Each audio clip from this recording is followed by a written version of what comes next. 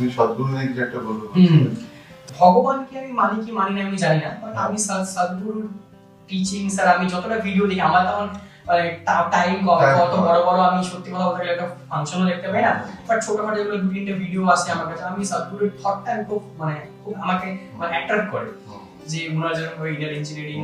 Normal আমি সত্যি feel করি। আমি সত্যি কথা বলতে কি কতটা ফলো করে সেটা আমি জানি না, বাট আমি ডাউট আমি ফলো করি না, বাট আমি যখন কোনো একটা ভিডিও চলে আসে সামনে ফিলিংস একটা হ্যাঁ যখন কোনো একটা ভিডিও চলে আসে আমি কিন্তু দেখে ওই টাইমটা আমার একটু মনে হয় যে না ঠিক আছে উনি ঠিক বলছেন, বা আমার ইন্টারভিউ করেন ওটাই আছে কথা। আমি ওটাই রিলিজিয়াসলি আমি হয়তো ফলো করি না, আমি হয়তো মন্দিরে যাই না, টাইম পাই না, যাই না, বাট আমি উনার যে থটটা আমি দেখেছি আমার সত্যি খুবই আমার লাগে, আমার খুব ভালো লাগে যখন থেকে ভিডিওটা আসে না, কারণ আমি অতটা ভিডিও দেখার টাইম পাই না কাজ থাকে, বাট আমার সত্যি ওনার খুব যতটা পর দেখেছি আমার খুব ভালো লাগে, যতটা শিখতে পেরেছি ওটাই হোপফুলি আমার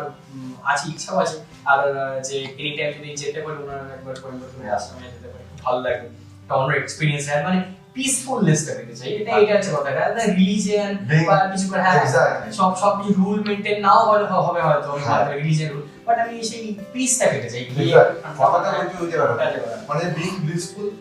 যে আমি কাজগুলো করছি আর একটা পিসফুলনেস আমার মধ্যে আছে, হ্যাঁ সো আমার যেগুলো পছন্দ আমার সেটাই কথা, যে আমি পিসটা পেতে চাই, হয়তো আমি হয়তো রিলিজিয়াসলি অতটা রুল ফলো নাও করতে পারলাম, আজকে এটা নাও করতে পারলাম, বাট একটা নিজের একটা পিসফুল জায়গা আছে, আমি জানি যে ঠিক আছে অফিসের একটা কাজ করি একদিন ছুটি পেলে পিসটা খুব ইজিলি পেয়ে, সেটা আমার কাছে